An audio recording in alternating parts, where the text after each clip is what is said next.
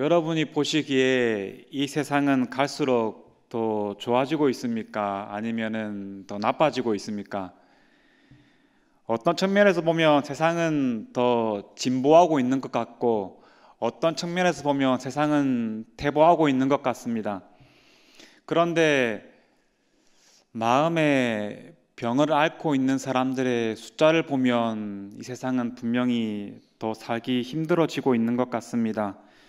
그것을 반증이라도 하는 듯 예전에는 참 보기 힘들었던 정신건강의학과 병원이 요즘에는 참 눈에 쉽게 띄입니다.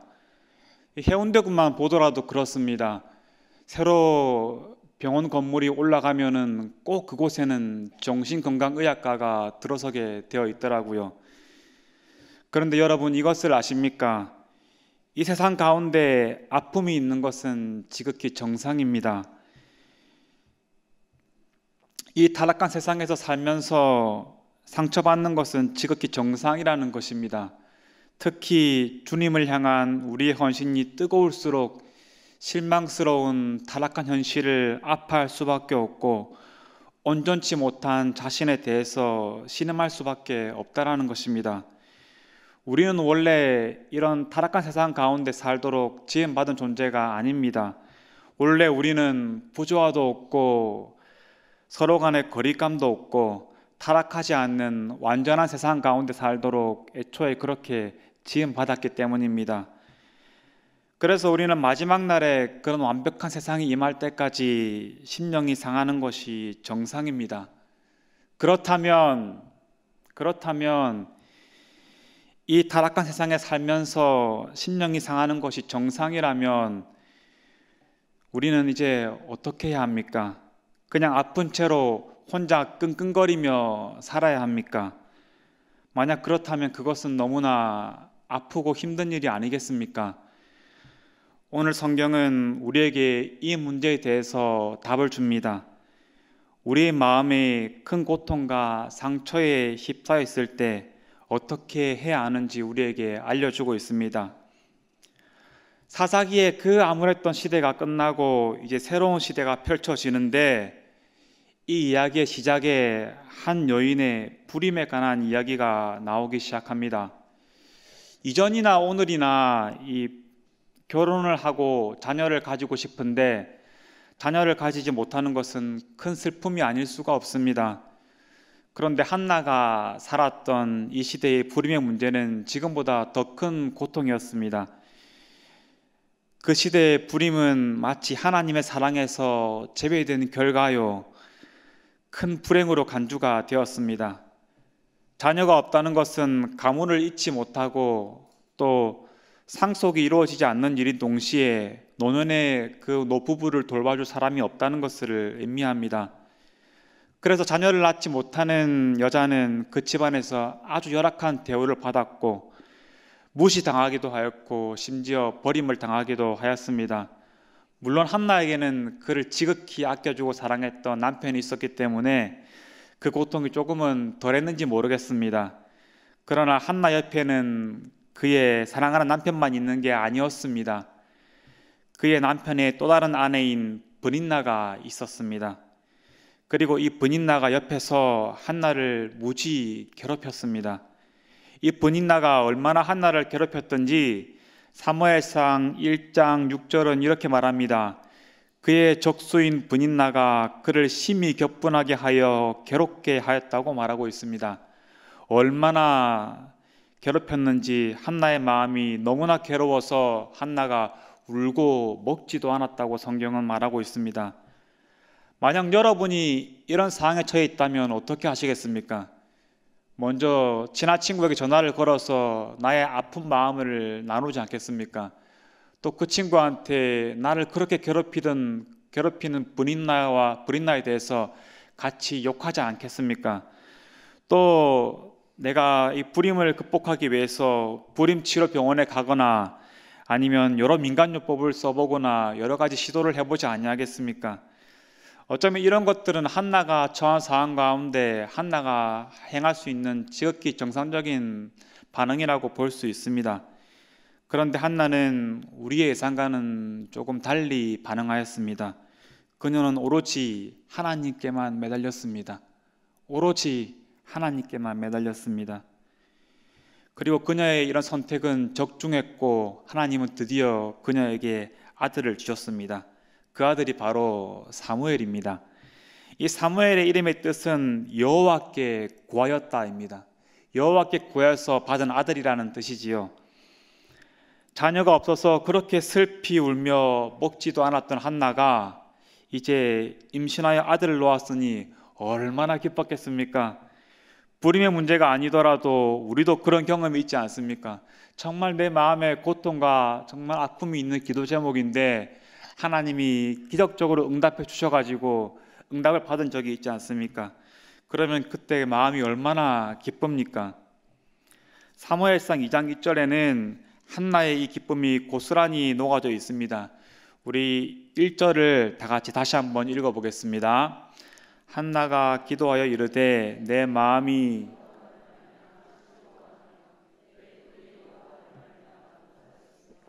내 입이 내 원수들을 향하여 크게 열렸으니 이는 내가 주의 구원으로 말미암아 기뻐하나이다. 여러분, 이 1절을 이렇게 무덤덤하게 읽어서는 안 됩니다. 지금 이 한나의 마음에는 기쁨이 가득하기 때문에 그렇습니다. 이렇게 읽어야 합니다. 조금 부끄럽기도 한데요.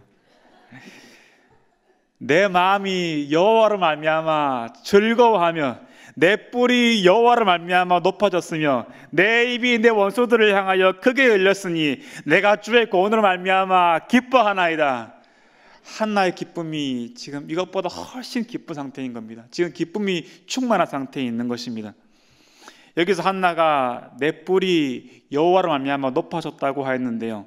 여기서 뿔이라는 것은 힘, 위상, 능력 이런 것들을 의미합니다. 그러니까 한나의 뿔이 높아졌다라는 것은 이제 한나의 위상이, 한나의 힘이, 한나의 능력이 높아졌다라는 것을 말합니다. 이어서 2절에서 10절에서 한나의 멋진 신앙 고백이 이어집니다. 이 신앙 고백에서 우리는 한나가 하나님을 어떻게 이해했는지 알 수가 있습니다. 여러분, 주위에서 들으십시오. 우리가 하나님을 어떤 분으로 알고 있는지는 너무나 중요합니다. 왜냐하면 내가 하나님을 어떤 분으로 알고 있는지에 따라서 나의 신앙이, 내 삶이 달라지기 때문에 그렇습니다. 그래서 하나님을 아는 바른 지식이 너무나 중요하다고 말할 수 있습니다. 이제 2절에서 10절을 통해서 한나가 이해한 하나님과 여러분이 지금까지 이해하고 있는 하나님이 동일한 하나님인지 다른 하나님인지 어떤 부분이 다른지 살펴보았으면 좋겠습니다. 첫 번째, 한나가 이해한 하나님은 거룩하신 하나님이었습니다. 먼저 한나는 이렇게 말했습니다. 여호와 같은 거룩한 이가 없고 주밖에 다른 이가 없으며 하나님 같은 반석은 없도다. 여기서 거룩이라는 말은 구별되다라는 말입니다. 그러니까 한나의 이 말은 이 하나님은 세상의 모든 것과는 구별되시는 분, 그래서 이 세상에 하나님은 비교할 것이 안 되는 분, 하나님 같은 분이 없는 분, 하나님처럼 믿을 만한 분은 없고 하나님처럼 의지할 분은 없다라는 고백입니다. 여러분에게도 하나님은 정말 그런 분이십니까? 우리가 머리로는 그럼요, 저도 하나님을 그렇게 믿습니다 라고 고백할지 모릅니다. 그런데 진짜로 우리가 하나님을 그렇게 믿고 있는지는 진지하게 고민해 봐야 할 문제입니다. 우리의 삶이 평탄하고 평안할 때는 내가 하나님을 진정 어떻게 알고 믿고 있는지 잘 모를 수가 있습니다. 그런데 고난에 처할 때, 내 삶에 고통이 임할 때, 한나처럼 비통하고 상한 심령이 내 안에 가득할 때 내가 제일 먼저 찾는 것이 무엇인지 보면 이 질문의 답은 금방 알 수 있습니다. 여러분은 고난과 어려움에 처할 때 가장 먼저 누구를 찾으십니까? 한나가 가장 먼저 찾은 분은 하나님이었습니다. 그분만큼 의지할 만한 사람, 의지할 만한 분, 믿을 만한 분이 이 세상에 없었기 때문입니다. 그분이 가장 거룩한 분, 세상의 모든 것과는 비교가 안 되는 구별되신 분이라는 것입니다. 이것이 한나의 첫 번째 신앙 고백이었습니다. 두 번째 고백은 이겁니다. 하나님은 심판하시는 하나님이시라는 것입니다. 한나는 3절에서 하나님을 심판의 하나님이라고 고백합니다. 이렇게 말합니다. 여호와는 지식의 하나님이시라 행동을 달아보시느니라. 혹시 이렇게 생각하는 분은 없습니까? 나는 이미 하나님으로부터 구원을 받았는데 내가 무슨 심판을 받겠는가? 여러분, 그것은 잘못된 생각입니다. 우리에게 천국과 지옥의 심판은 없겠지만 마지막 날에 상급의 심판은 있습니다. 그래서 하나님은 우리에게 심판의 하나님이십니다. 그러나 그것보다도 하나님이 진정으로 사랑하는 자녀라면 하나님이 여러분의 잘못된 것에 대해서 분명히 해초리를 드십니다. 하나님은 우리의 잘못을 징계하시는 분이기 때문입니다. 히브리서 12장은 여기에 대해서 분명히 말씀해 주고 있습니다. 히브리서 12장 6절은 이렇게 말합니다. 주께서 그 사랑하는 자를 징계하시고 그가 받아들이시는 아들마다 채찍질하심이라. 8절에서는 이렇게 말합니다. 징계는 다 받는 것이거늘 너희에게 없으면 사생자요 친아들이 아니니라고 하였고, 11절에는 이렇게 말합니다. 무릇 징계가 당시에는 즐거워 보이지 않고 슬퍼 보이나 후에 그로 말미암아 연단받은 자들의 의와 평강의 열매를 맺느리라고 하였습니다. 여러분의 하나님은 여러분의 잘못에 징계하시는 분이십니까? 혹시 여러분에게 나의 하나님은 절대 나를 심판하시지도 나를 징계해서도 안 되는 분이십니까? 그것은 교만입니다. 그것은 한나가 고백한 심판의 하나님과는 다른 하나님이십니다. 마지막으로 한나가 고백한 하나님은 절대 주권자 하나님이십니다. 한나는 2장 4절에서 8절까지 하나님의 절대 주권을 고백합니다. 하나님은 당신의 뜻대로 사람들을 높이시기도 하고 낮추시기도 하고 심지어 죽이시기도 하고 살리시기도 합니다. 용사라도 그의 할은 꺾이고 풍족하던 자라도 그의 양식을 위하여 품을 팔 수 있습니다. 많은 자녀를 둔 자라도 쇠약할 수 있습니다. 한마디로 하나님은 당신의 뜻대로 당신의 마음대로 하십니다. 왜냐하면 하나님은 절대 주권을 가지고 있기 때문입니다. 그런데 사실 하나님이 아무런 이유 없이 이렇게 하는 것은 아닙니다. 하나님은 우리가 하나님보다 더 의지하는 것이 있을 때 하나님이 우리를 낮추시는 것입니다. 아무리 큰 용사라도 그가 하나님보다 그 화를 의지한다면, 아무리 풍족한 자라도 그가 하나님보다 자신의 양식을 더 의지한다면, 아무리 많은 자녀를 두었다 하더라도 그가 하나님보다 자녀를 의지한다면 하나님은 그가 의지하는 것들을 빼앗아 가버리시는 분이십니다. 이것이 사무엘 상하의 역사에 분명히 증거가 됩니다. 사실 한나의 기도는 이 사무엘서, 앞으로 펼쳐질 사무엘서의 역사의 예고편이라고 할 수 있습니다. 예고편 또는 축소판이라고 할 수 있습니다. 앞으로 사무엘 상하에서 어떤 역사가 펼쳐질 것인가를 한나의 기도가 미리 압축적으로 보여주고 있는 것입니다. 대표적으로 엘리 제사장과 사울 왕의 경우를 살펴보겠습니다. 먼저 엘리 제사장입니다. 엘리는 하나님보다 무엇을 더 의지했는지 아십니까?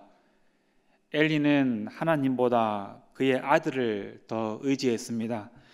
우리 사무엘상 2장 29절 말씀을 다 같이 읽어보겠습니다. 너희는 어찌하여 내가 내 처소에서 명령한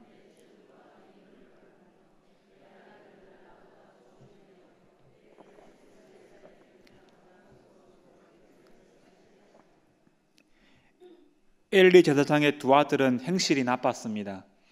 이 두 아들은 이스라엘 백성들이 하나님께 제사를 드리려고 제물을 가지고 오면 그 중에 일부를 착취했습니다. 그래서 어느 날 하나님의 사람이 엘리에게 가서 이 잘못을 지적하고 엘리의 가문에 저주를 선포하였습니다. 그래서 나중에 뒷이야기를 보면 엘리 가문이 하나님의 그 사람이 말한 대로 저주를 받게 되는 것을 볼 수 있습니다. 엘리가 만약 두 아들보다 정말 하나님을 사랑했다면 이 두 아들이 이렇게 행실이 나쁜데 가만히 두었겠습니까? 단단히 혼내지 않았겠습니까? 그런데 엘리는 그렇게 하지 않았습니다. 왜 그러지 못하였을까요? 하나님보다 두 아들을 더 사랑했기 때문입니다. 다음으로 이스라엘의 첫 번째 왕 사울을 보겠습니다. 사울은 하나님보다 무엇을 더 의지했는지 아십니까? 사울은 하나님보다 자신의 평판을 더 의지했습니다. 사무엘 선지자가 사울에게 하나님의 명령을 전하였습니다. 아말렉 족속을 진멸시키라 라고 전했습니다.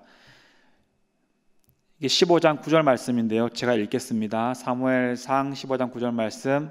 사울과 백성이 아각과 그의 양과 소의 가장 좋은 것 또는 기름진 것과 어린 양과 모든 좋은 것을 남기고 진멸하기를 즐겨 아니하고 가치 없고 하찮은 것을 진멸하니라. 하나님은 분명하게 말씀하였습니다. 아말렉 족속을 진멸하라. 그런데 사울은 그러하지 않았습니다. 그래서 사무엘이 가서 사울의 잘못을 지적하였습니다. 그러자 사울이 어떻게 반응했는지 아십니까? 가슴을 치며 자신의 죄를 회개하기보다는 오히려 자신의 평판을 더 걱정했습니다. 우리 같이 사무엘상 15장 30절 말씀을 같이 읽겠습니다. 읽습니다. 사울이 이르되 내가 범죄하였을지라도 이제 청하옵나니 나와 함께 돌아가서 내가 당신의 하나님 여호와께 경배하게 하소서 하더라. 사울이 자신이 하나님의 말씀에 불순종한 범죄한 것보다 자신의 평판이 낮추어지는 것에 사울은 더 걱정했습니다. 그래서 선지자가 와서 자신의 잘못을 지적함에도 불구하고 이 긴박한 순간에도 자신을 백성들과 장로들 앞에서 높여달라고 사무엘에게 간청하고 있는 것입니다. 사울은 하나님보다 자신의 평판을 더 사랑했기 때문에 그렇습니다. 우리가 하나님보다 그 무엇을 더 의지하고 사랑하고 신뢰한다면 하나님은 우리를 낮추어 버리실 것입니다. 그래서 엘리 제사장을 사울 왕을 하나님은 낮추어 버리셨습니다. 그리고 하나님만 의지했던 사무엘을 다윗을 높여 버리셨습니다. 여호와는 죽이시기도 하고 살리시기도 하며 낮추시기도 하며 높이시기도 하는 분이십니다. 지금까지 우리는 사무엘상 2장 2절에서 8절을 통해서 한나가 하나님을 어떻게 이해했는지 살펴보았습니다. 한나가 이해한 하나님은 거룩하신 하나님이셨고, 한나가 이해한 하나님은 심판하시는 하나님이셨고, 한나가 이해한 하나님은 절대 주권을 가지신 하나님이셨습니다. 그러니까 한나에게 하나님은 거룩하신 하나님, 이 세상의 모든 것들로부터 구별되는, 모든 것과는 비교가 안 되는 하나님, 그래서 주밖에 다른 이가 없고 주만한 반석이 없는 거룩한 하나님이셨습니다. 또 이 하나님은 우리의 행동을 달아보시는 심판의 하나님이셨고, 또 이 하나님은 세상의 모든 것들을 자기 뜻대로 다스리시는 절대 주권을 가지신 하나님이셨습니다. 한나가 하나님을 이런 분으로 이해했기 때문에 불임이라는 큰 고통 가운데서도 그는 오직 여호와만 매달렸던 것입니다. 오직 그가 찾는 분은 하나님밖에 없었다는 것입니다. 앞서 제가 했던 말을 다시 반복합니다. 우리가 하나님을 어떤 분으로 알고 있느냐는 것은 정말 중요한 문제가 아닐 수 없습니다. 왜냐하면 그것이 우리의 삶을 결정하기 때문에 그렇습니다. 그래서 하나님을 아는 바른 지식이 너무나 중요합니다. 여러분은 하나님을 어떤 분으로 알고 계십니까? 그것이 여러분의 신앙의 삶을 결정하게 됨을 잊지 말았으면 좋겠습니다. 이어서 이제 한나의 기도의 마지막 두 절은 이렇게 끝납니다. 여호와는 그의 거룩한 자들의 발을 지키실 것이며 악인은 흑암 중에서 잠잠하게 하시며 여호와를 대적하는 자는 산산이 깨어질 것이다. 여기서 거룩하다라는 말은, 거룩한 자라는 말은 다른 말로 신실한 자라는 의미입니다. 이 사람은 모든 여건 속에서도 하나님을 끝까지 의지하고 신뢰하는 사람입니다. 마치 한나 같은 사람입니다. 반대로 악인, 여호와를 대적하는 자는 거룩한 자, 신실한 자와는 반대편에 서 있는 사람입니다. 이들은 자기 스스로 자기의 힘으로 모든 것을 해결할 수 있다고 믿는 사람입니다. 9절 하반절이 증거하는 것처럼 힘으로는 아무도 여호와를 이길 수가 없는데 이들은 자기 힘이 여호와의 힘보다 더 세다고 생각하는 사람입니다. 그러니 여호와께 의지하는 것보다 자신을 의지하는 것이 더 좋아하는 사람입니다. 참으로 바보 같은 사람이며 참으로 어리석은 사람이 아닐 수가 없습니다. 이 사람들은 삶의 힘든 일을 만날 때마다 실컷 내 힘으로 다 해보고 내 머리로 다 굴려보고 그래도 안 되면 마지막에 가서 주여 외치는 사람입니다. 하나님은 이런 자들을 낮추어 버리십니다. 그 사람이 용사라도 낮추어 버리시고 그 사람이 풍족한 자라도 낮추어 버리시고 그 사람의 자녀가 많더라도 쇠약하게 만들어 버리십니다. 사람들은 말합니다. 인간은 위대하다. 인간은 지구상의 모든 존재 중에서 가장 위대한 존재다. 맞는 말입니다. 그러나 그것은 이 인간이 하나님의 뜻에 순종할 때만 맞는 말입니다. 원래 피조물이라는 것은 누군가를 의지하며 살아가야 한다는 것을 의미합니다. 우리는 창조주가 아닙니다. 우리는 하나님이 만드신 피조물입니다. 그 말은 우리는 하나님을 의지하며 살아갈 수밖에 없는 존재라는 것입니다. 그런데 우리 안에 있는 이 나쁜 재성은 그것을 거부합니다. 내 힘으로 해결할 수 있다. 내 힘으로 할 수 있다. 그런데 하나님은 우리에게 말씀하십니다. 그것은 교만이다. 저는 개인적으로 여름보다는 겨울을 더 좋아합니다. 그리고 겨울 중에도 눈이 오는 겨울을 좋아합니다. 이 눈이 와서 세상이 하얗게 덮일 때 제 마음도 참 하얘지는 것 같아서 좋습니다. 특별히 그 눈길을 밟을 때 나는 소리가 있지 않습니까? 부드득 부드득 하는 그 소리가 저는 참 좋습니다. 그래서 참 어쩔 때는 아무도 밟지 않은 눈만 수북히 쌓여 있는 그 눈길을 혼자 밟는 것을 제 개인적으로 아주 낭만적으로 생각합니다. 그래서 저는 그것을 좋아하는데요. 한 번은 제가 그 눈길을 혼자 밟았습니다. 그리고 문득 뒤돌아서서 제가 걸어온 발자국을 보았습니다. 그런데 그 발자국이 삐뚤삐뚤하지 않습니까? 팔자걸음에다가 삐뚤삐뚤한 발자국이 참 마음에 들지 않았습니다. 다시 마음을 먹었습니다. 이번에는 내가 모델처럼 아주 멋지게 일자로 한번 걸어보자. 그리고 멋지게 다시 걸었습니다. 일정한 거리가 지나서 다시 뒤를 돌아보았습니다. 어떻게 되었을 것 같습니까? 여전히 발자국은 삐뚤삐뚤하였습니다. 여전히 팔자걸음이었습니다. 저는 최대한 노력했거든요. 그런데 여전히 팔자걸음에다가 발자국은 삐뚤삐뚤하였습니다. 여러분, 이것이 인간의 나약함입니다. 아무리 노력해도 안 되는 것이 있는 것입니다. 그런데 우리는 이런 사실을 인정하고 싶어 하지 않습니다. 그것이 인간의 재성입니다. 사람의 재성은 하나님을 의지하기를 거부하며 또한 그러면서 자신의 뿔을 자기가 높이기를 원합니다. 그래서 다른 사람보다 더 큰 힘을 가지고 싶고 더 큰 지위를 가지고 싶고 더 큰 집, 더 좋은 직장, 더 좋은 평판, 더 큰 것, 더 높은 것을 사모합니다. 그러나 한나의 기도는 이렇게 말합니다. 여호와께서 우리의 뿔을 높여주셔야만이 우리의 뿔이 높아질 수 있다. 여러분, 하나님께 나아가십시오. 하나님께 구하십시오. 하나님만 바라고 순종하십시오. 진정으로 그렇게 해야 됩니다. 거칠애나 형식으로가 아니라 진정으로 하나님께 나아가야 합니다. 그때 하나님께서 우리의 뿔을 높여주십니다. 그때 한나처럼 우리의 아픔과 슬픔도 위로를 받을 것이며 우리의 뿔이 높아질 것입니다. 해바라기가 오직 저 태양만 바라보듯이 우리는 하나님만 바라보는 주바라기가 되어야 합니다.